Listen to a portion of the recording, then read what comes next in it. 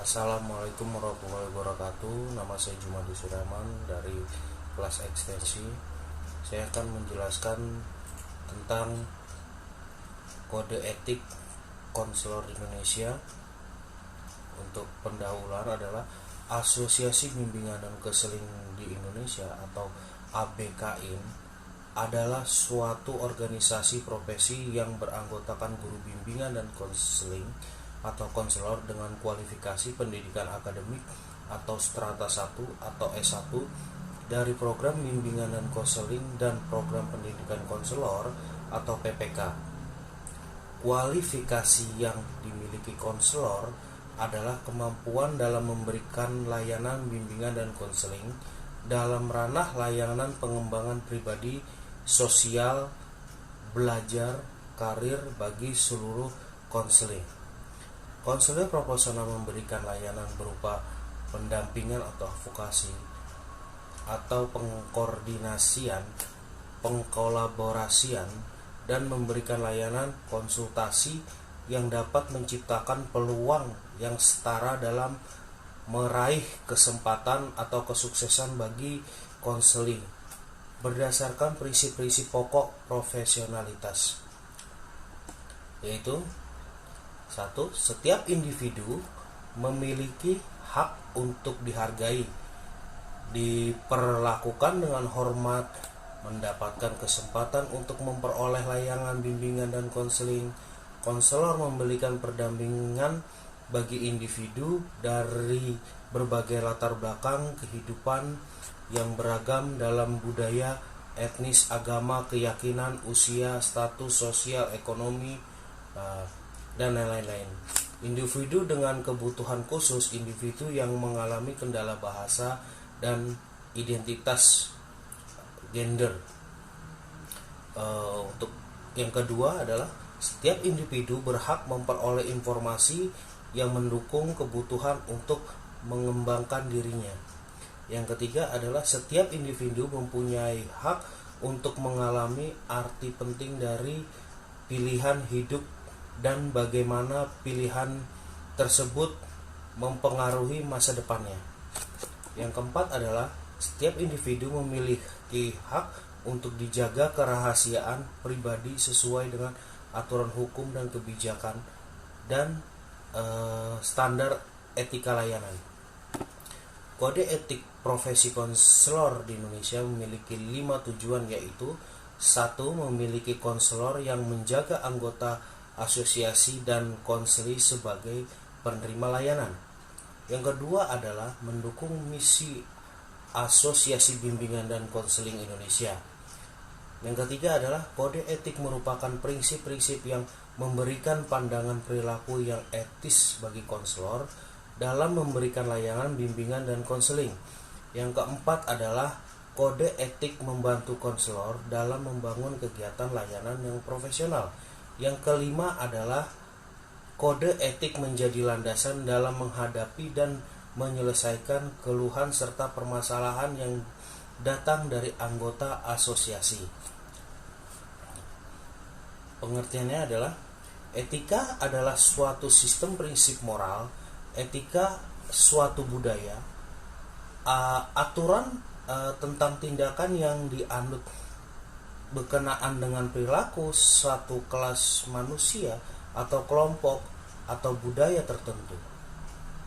Etika profesi bimbingan dan konseling adalah kaidah-kaidah perilaku yang menjadi rujukan bagi konselor dalam melandaskan tugas-tugas atau tanggung jawab memberikan layanan bimbingan dan konseling. Pada konseling, kaidah-kaidah perilaku yang dimaksud adalah 1. Setiap orang memiliki hak untuk mendapatkan penghargaan sebagai manusia dan mendapatkan layanan konseling tanpa melihat suku, bangsa, agama, ataupun budaya. Yang kedua adalah setiap orang atau individu memiliki hak untuk mengembangkan, mengarahkan dirinya sendiri. Yang ketiga adalah setiap orang memiliki hak untuk memilih dan bertanggung jawab terhadap keputusan yang diambilnya. Yang keempat adalah setiap konselor membantu mengembangkan setiap konseling mempunyai layanan bimbingan dan konseling secara profesional. Yang kelima adalah sehubungan dengan konseli sebagai hubungan yang membantu didasarkan kepada kode etik atau etika profesi. Kode etik bimbingan dan konseling Indonesia merupakan landasan moral dan pedoman tingkah laku profesional yang dijunjung tinggi, diamankan oleh setiap anggota profesi bimbingan dan konseling di Indonesia. Kode etik bimbingan dan konseling Indonesia wajib dipatuhi, diamalkan dan pengurus dan anggota organisasi tingkat nasional, provinsi, kabupaten, kota, atau anggaran rumah tangga atau ABKIN dalam bab 2 pasal 2. Dasar kode etik profesi bimbingan dan konseling adalah Pancasila dan Undang-Undang Dasar 1945. Yang kedua adalah Undang-Undang Nomor 20 Tahun 2003 tentang Sistem Pendidikan Nasional. Yang ketiga adalah Peraturan Pemerintah Republik Indonesia Nomor 19 Tahun 2005 tentang Standar Nasional Pendidikan, atau Pasal 28 Ayat 1, 2, dan 3 tentang Standar Pendidik dan Tenaga Pendidikan. Yang keempat adalah Peraturan Menteri Pendidikan Nasional Republik Indonesia Nomor 27 Tahun 2008 tentang Standar Kualifikasi Akademik dan Kompetensi Konselor. Yang kelima adalah Peraturan Pemerintah Republik Indonesia Nomor 74 Tahun 2008 tentang Guru. Kualifikasi, kompetensi, dan kegiatan profesional konselor. Kualifikasi sarjana pendidikan atau S1 dalam bimbingan dan konseling. Yang kedua adalah berpendidikan profesi atau konselor atau PK. Kompetensinya adalah sosok utuh kompetensi konselor terdiri atas dua komponen yang berbeda namun terintegrasi dalam praksis sehingga tidak bisa dipisahkan, yaitu kompetensi akademik dan kompetensi profesional. Kompetensi tersebut dijabarkan seperti tertera pada gambar berikut. 1. Memahami secara mendalam konseli dan yang hendak dilayani. 1. Menghargai, menjunjung tinggi nilai-nilai kemanusiaan, individualitas, kebebasan memilih, dan mengedepankan keselamatan konseling dalam konteks keselamatan umum.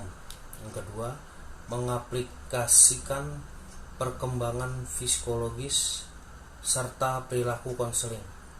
Yang kedua adalah landasan teoretik bimbingan dan konseling. Yang bab A adalah menguasai teori dan praktis pendidikan. Kemudian adalah menguasai esensi pelayanan bimbingan dan konseling dalam jalur, jenis, dan jenjang satuan pendidikan. Yang ketiga, menguasai konsep dan praktis penelitian dalam bimbingan dan konseling.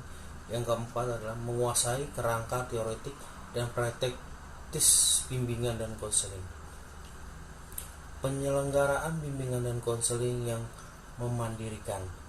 Yang satu adalah merancang program bimbingan dan konseling. Yang kedua adalah mengimplementasikan program bimbingan dan konseling yang komprehensif. Yang ketiga adalah nilai proses dan hasil kegiatan bimbingan dan konseling. Yang keempat adalah menguasai konsep dan praktis asesmen untuk memahami kondisi, kebutuhan, dan masalah konseling. Mengembangkan pribadi dan profesionalitas secara berkelanjutan. Yang ke-1 adalah beriman, bertakwa kepada Tuhan Yang Maha Esa, itu sudah pasti. Yang kedua adalah menunjukkan integritas, stabilitas, kepribadian yang kuat.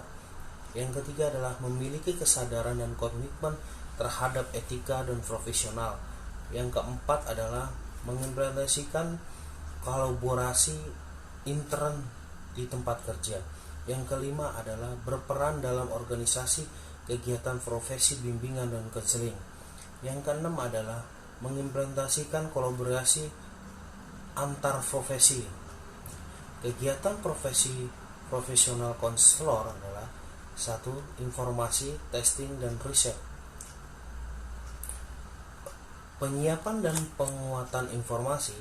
Satu, catatan tentang diri konsilis atau wawancara, testing, surat menyurat, rekanan, dan data lain merupakan informasi yang bersifat rahasia dan hanya boleh dipergunakan untuk kepentingan konseling. Kedua, penggunaan data informasi dimungkinkan untuk keperluan riset atau pendidikan calon konselor sepanjang identitas konseling dirahasiakan. Yang ketiga adalah menyimpan informasi tentang konseling kepada keluarganya atau anggota profesi lain membutuhkan persetujuan konseling. Yang keempat adalah penggunaan informasi tentang konseling dalam rangka konsultasi dengan anggota profesi yang sama atau yang lain dapat dibedakan asalkan kepentingan konseling dan tidak merugikan konseling.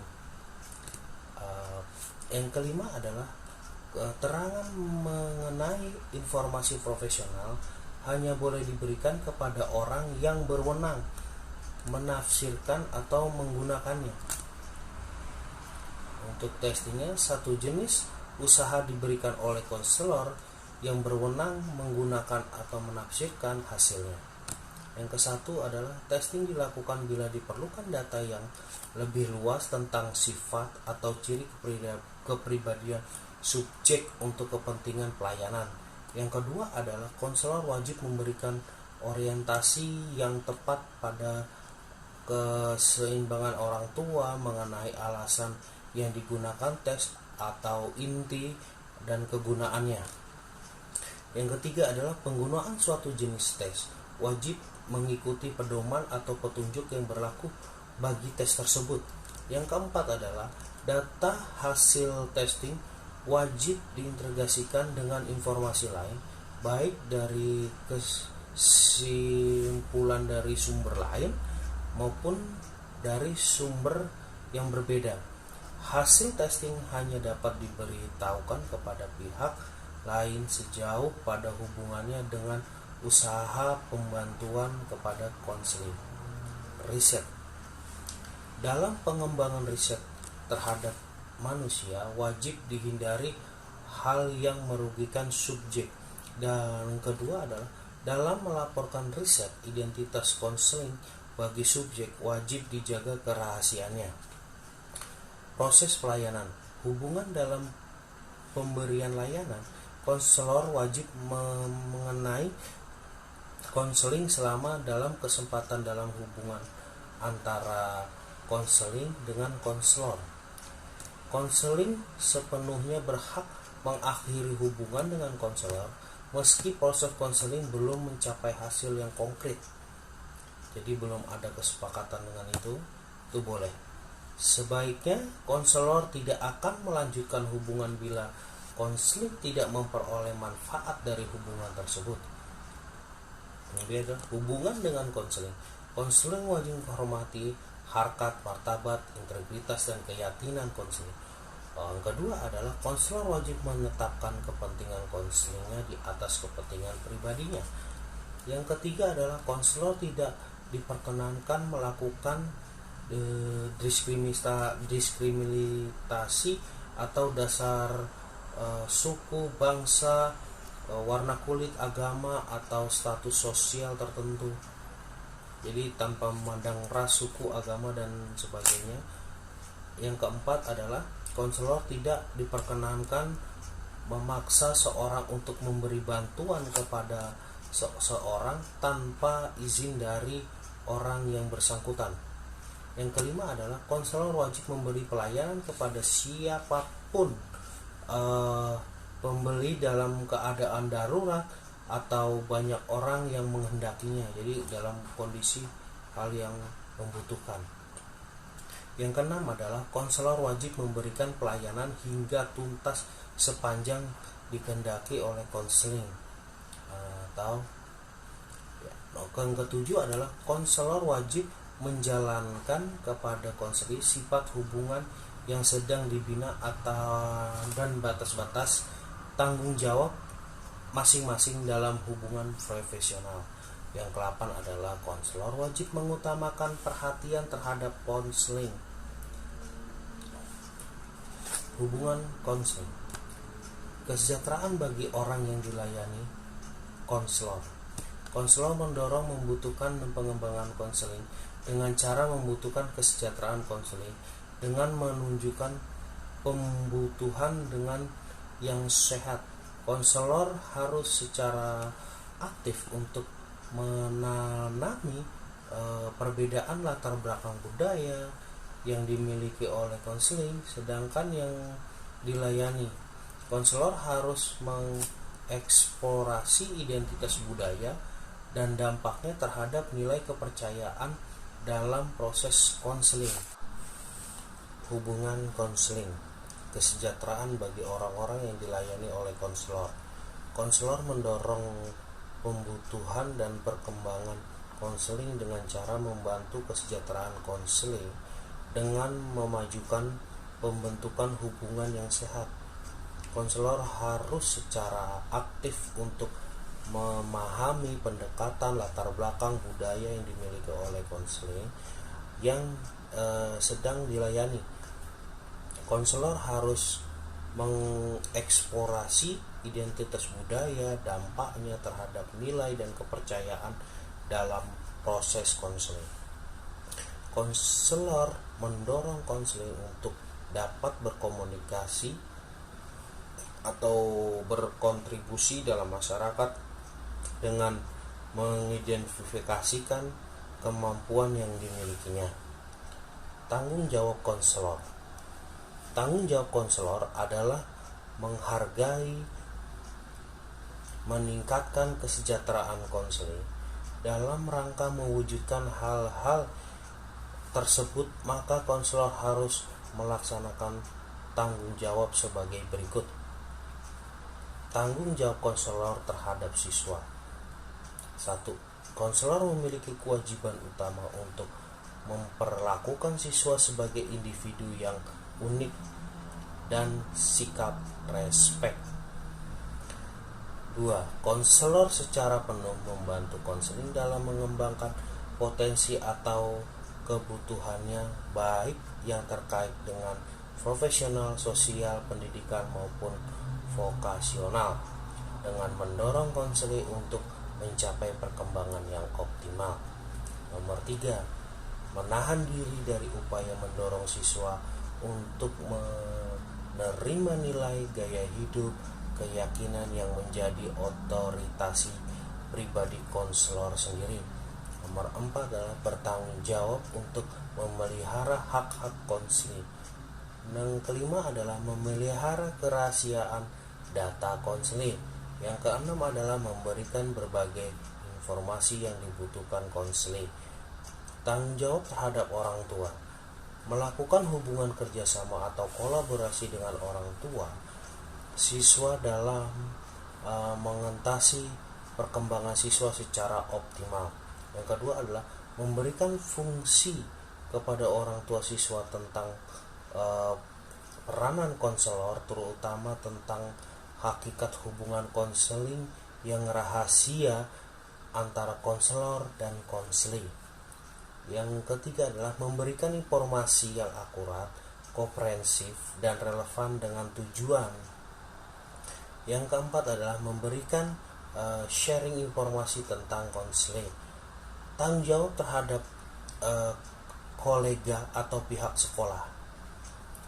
Membangun dan memelihara hubungan komprehensif dengan kepala sekolah, guru, dan staf sekolah dalam rangka mengimplementasikan pelaksanaan program layanan bimbingan dan konseling.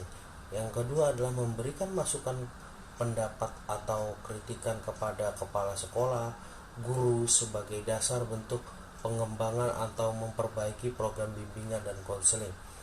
Tanggung jawab terhadap dirinya sendiri. Menyadari bahwa karakteristik pribadi memberikan dampak terhadap kualitas layanan konseling. Yang kedua adalah memberikan pemahaman terhadap batas-batas kompetensi yang dimilikinya dan menerima tanggung jawab terhadap kegiatan yang dilakukannya.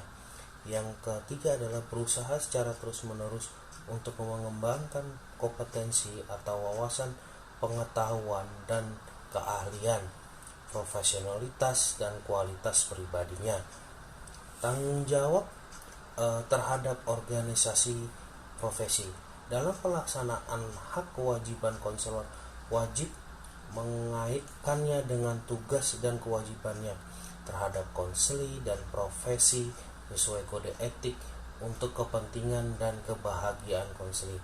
Yang kedua adalah konselor tidak dibenarkan menyalahgunakan jabatan sebagai konselor untuk masuk mencari keuntungan pribadi atau masuk lain yang merugikan konseli atau menerima komisi atau balas jasa dalam bentuk yang tidak wajar. Contohnya mudah disuap atau disogok gitu ya. Kerahasiaan dalam komunikasi dalam hal yang bersifat pribadi. Konselor menyadari bahwa kepercayaan merupakan hal yang paling utama dalam hubungan konseling. Konseling berusaha mendapatkan kepercayaan konseling. Melalui hubungan konseling menciptakan batasan dan keluasan yang sepatutnya sehingga menjaga kerahasiaan. Konselor mengkomunikasikan tolak ukur kerahasiaan dengan secara baik dan bisa diterima oleh konselor itu sendiri. Menghargai hak-hak konselor. 1. Kesadaran konselor akan beragaman atau hal yang bersifat multikultural atau beragam. Yang kedua adalah menghargai hak-hak yang bersifat pribadi menyangkut kehidupan konseling. Yang ketiga adalah menghargai kerahasiaan informasi atau mengenai konseling. Dalam hal ini adalah konseling hanya berbagi informasi si izin konseling atau berdasarkan pertimbangan etis dan hukum. Yang keempat adalah menjelaskan sebagai keterbatasan kerahasiaan maupun institusi tertentu yang menyebabkan kerahasiaan itu harus dibuka. Hal ini bisa dilanjutkan pada tahap pengenalan dan proses konseling. Berbagi informasi dengan pihak lain. Yang satu adalah pegawai atau lembaga. Dalam hal ini konselor harus memastikan kemampuan kerahasiaan informasi itu sendiri mengenai data-data konseling yang harus diurus oleh pegawai atau lembaga, termasuk pegawai, mahasiswa, asisten, dan tetangga sukarela. Yang kedua adalah tim konselor. Jika penanganan konseling melibatkan sejumlah konselor dengan perannya masing-masing, maka konseling melibatkan dahulu pemberitahuan mengenai hal tersebut dan informasi-informasi apa saja mengenai dirinya yang akan dibagi dalam tim tersebut. Pihak ketiga membiayai konselor yang membagi informasi kepada pihak ketiga mengenai konseling jika konseling mendapat perjanjian dengan pihak yang memiliki otoritas. Selanjutnya adalah memindahkan informasi rahasia ke konselor, memperhatikan dan memastikan keamanan pemindahan data-data rahasia dengan komputer melalui surat elektronik atau mesin fax, telepon, dan perlengkapan teknologi komputer lainnya. Selanjutnya adalah rekaman data konseling. Kerahasiaan rekaman terkait dengan proses dan tempat penyimpanan sehingga orang-orang yang memiliki wewenang untuk rekaman tersebut. Selanjutnya adalah izin untuk merekam. Konselor meminta izin kepada konseling untuk merekam proses konseling dalam bentuk elektronik maupun bentuk lain. Selanjutnya adalah izin observasi. Konselor meminta izin kepada konseling dalam rangka observasi sesi konseling dalam lingkungan pelatihan seperti meninjau hasil transkrip bersama peninjau dan fakultas. Dan selanjutnya adalah rekaman bagi konselor atau konselor hanya diberikan salinan rekaman kepada konseling yang memang memerlukan. Konselor membatasi pemberian siaran rekaman atau sebagai siaran kepada konseling hanya jika rekaman tersebut akan mengganggu atau menyakiti perasaan konseling. Dalam situasi konseling yang melibatkan banyak konseling, maka konselor hanya melibatkan siaran rekaman data yang menyangkut konseling yang meminta dan tidak menyerahkan salinan data tersebut menyangkut konseling lain. Bantuan dengan rekaman data. Konselor memberikan bantuan kepada konseling dengan cara memberikan konsultasi dan memakai rekaman data. Selanjutnya adalah membuka atau memindahkan rekaman konselor. Meminta persetujuan tertulis dari konseling untuk membuka dan memindahkan rekaman data kepada pihak ketiga yang memiliki berwenang. Yang selanjutnya adalah menyiapkan dan mengumpulkan rekaman setelah konseling berakhir. Jika konselor mengatur penyimpanan rekaman data konseling dengan mengikuti harapan atau pengakhiran agar memudahkan proses membuka data tersebut, maka di masa yang akan datang ataupun jika rekaman tersebut akan dimusnahkan, konselor memelihara data rekaman konseling dengan tetap menjaga kerahasiaannya. Penelitian dan pelatihan. Persetujuan institusi atau lembaga.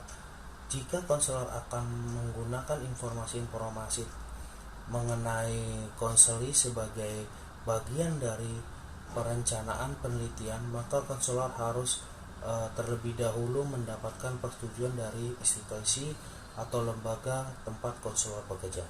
Informasi rahasia diperlukan dalam penelitian. Konselor menjaga kerahasiaan sikap rekaman data konseling dengan baik-baik jika penelitian yang akan dilakukan melibatkan banyak pihak. Konsultasi. Perjanjian. Jika konselor memberikan konsultasi terkait dengan permasalahan konseling dengan pihak lain, konselor membuat perjanjian dengan sikap setiap individu yang terlibat dengan memberitahukan bahwa konseling memiliki hak untuk dijaga kerahasiaannya kepada setiap individu dan menjelaskan akibat-akibat mungkin yang terjadi jika kerahasiaan tersebut dibocorkan ke pihak lain. Selanjutnya adalah menghargai hal yang bersifat pribadi. Konselor memberikan konsultasi ataupun mendiskusikannya permasalahan konseling dengan tujuan profesional hanyalah kepada pihak-pihak yang terkait dengan tetap menjaga kerahasiaan identitas konseling. Evaluasi atau asesmen dan implementasi. Konselor menggunakan instrumen-instrumen sebagai salah satu komponen dari proses konseling dengan disesuaikan dengan pada pribadi konseling dan budaya yang dimiliki konselor. Konselor berusaha menciptakan keberagaman dari konseling atau kelompok konseling dan membangun dan menggunakan instrumen pendidikan psikologi dan karir. Asesmen. Tujuan utama dari asesmen karir adalah psikologi pendidikan dalam untuk menyediakan menyangkutan valid atau reliable dalam rangka memperoleh data akurat mengenai konseling dan lingkungannya. Asesmen yang dilakukan tidak hanya terbatas pada pengakuratan bakat, kepribadian, minat, dan integrasi. Kesejahteraan konseling. Konselor tidak diperkenankan untuk menyalahgunakan hasil asesmen dan implementasinya, dan konselor harus mencegah terjadi penyalahgunaan. Konselor harus menghormati hak-hak konseling untuk mengetahui hasil implementasi yang dibuat dan dilihat keputusan rekomendasi yang dibuat konseling. Kompetensi dalam menggunakan implementasi instrumen meliputi pemahaman terhadap keterbatasan kompetensi, pemahaman terhadap pengalaman hasil asesmen secara tepat, pengembalian keputusan berbasis hasil asesmen, pemberian izin memberi informasi dalam asesmen dilakukan dengan memberikan penjelasan kepada konseling, memberikan penjelasan kepada penerima hasil. Pelanggaran terhadap kode etik. Konselor wajib mengkaji secara sadar tingkah laku dan perbuatan bahwa ia menaati kode etik. Konselor wajib senantiasa mengingatkan bahwa setiap pelanggaran terhadap kode etik yang akan merugikan diri sendiri, konseling, lembaga, pihak lain yang terkait. Pelanggaran terhadap kode etik dan pendapatan asesi yang mekanismenya menjadi tanggung jawab dan Dewan Pertimbangan Kode Etik atau ABKIN sebagaimana diatur dalam anggaran rumah tangga ABKIN bab 5 pasal 26 ayat 1 dan 2 sebagai berikut. 1. Pada organisasi tingkat nasional dan tingkat provinsi dibentuk Dewan Pertimbangan Kode Etik Bimbingan dan Konseling Indonesia. Yang kedua, Dewan Pertimbangan Kode Etik Bimbingan dan Konseling Indonesia sebagai yang dimaksud oleh ayat 1 mempunyai fungsi pokok: A. Mengembangkan penghayatan dan pengalaman kode etik bimbingan dan konseling Indonesia. B. Memberikan pertimbangan kepada pengurus besar dan pengurus daerah ABKIN atau adanya perbuatan melanggar kode etik bimbingan dan konseling oleh anggota setelah mengadakan penyelidikan yang sesama dan bertanggung jawab. C. Bertindak sebagai saksi di pengadilan dalam rangka berkaitan dengan profesi bimbingan dan konseling. Bentuk pelanggaran terhadap konseling: menyebarkan atau membuka rahasia konseling kepada orang yang tidak terkait dengan pertimbangan konseling. Selanjutnya, melakukan perbuatan asusila, pelecehan seksual, penistaan agama, rasis, yang lain-lain. Selanjutnya adalah melakukan tindak kekerasan fisik dan psikologis terhadap konseling.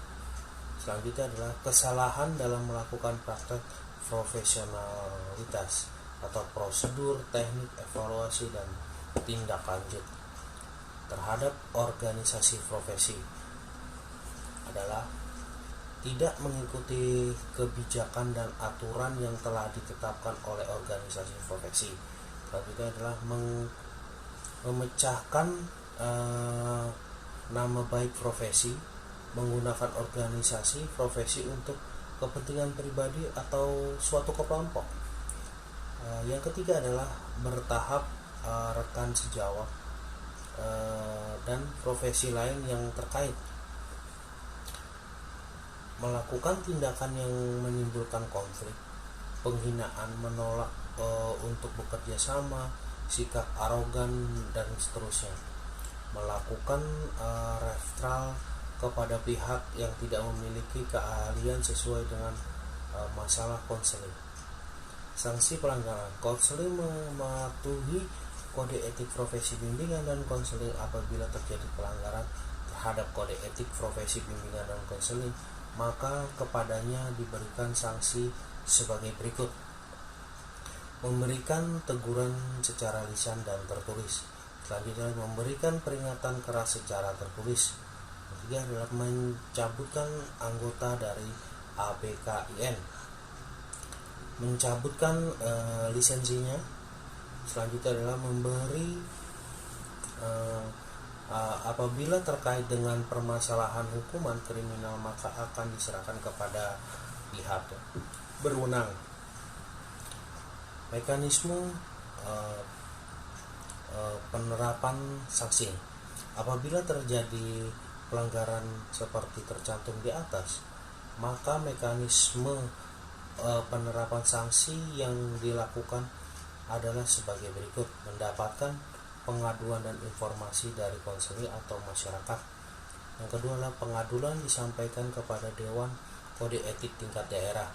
Yang ketiga adalah pelanggaran yang dilakukan oleh relatif ringan, maka penyelesaiannya dilakukan oleh Dewan Kode Etik tingkat daerah. Pemanggilan konselor yang bersangkutan untuk verifikasi data yang disampaikan oleh konseling atau masyarakat. Apabila berdasarkan hasil verifikasi yang dilakukan oleh Dewan Kode Etik daerah itu terbukti kebenarannya, maka diterapkan sanksi sesuai dengan masalahnya atau sesuai dengan perbuatan yang dilakukan oleh konselor. Demikianlah yang bisa saya jelaskan dalam hal ini. Kurang lebihnya mohon maaf. Wabillahi taufiq wal hidayah. Assalamualaikum warahmatullahi wabarakatuh.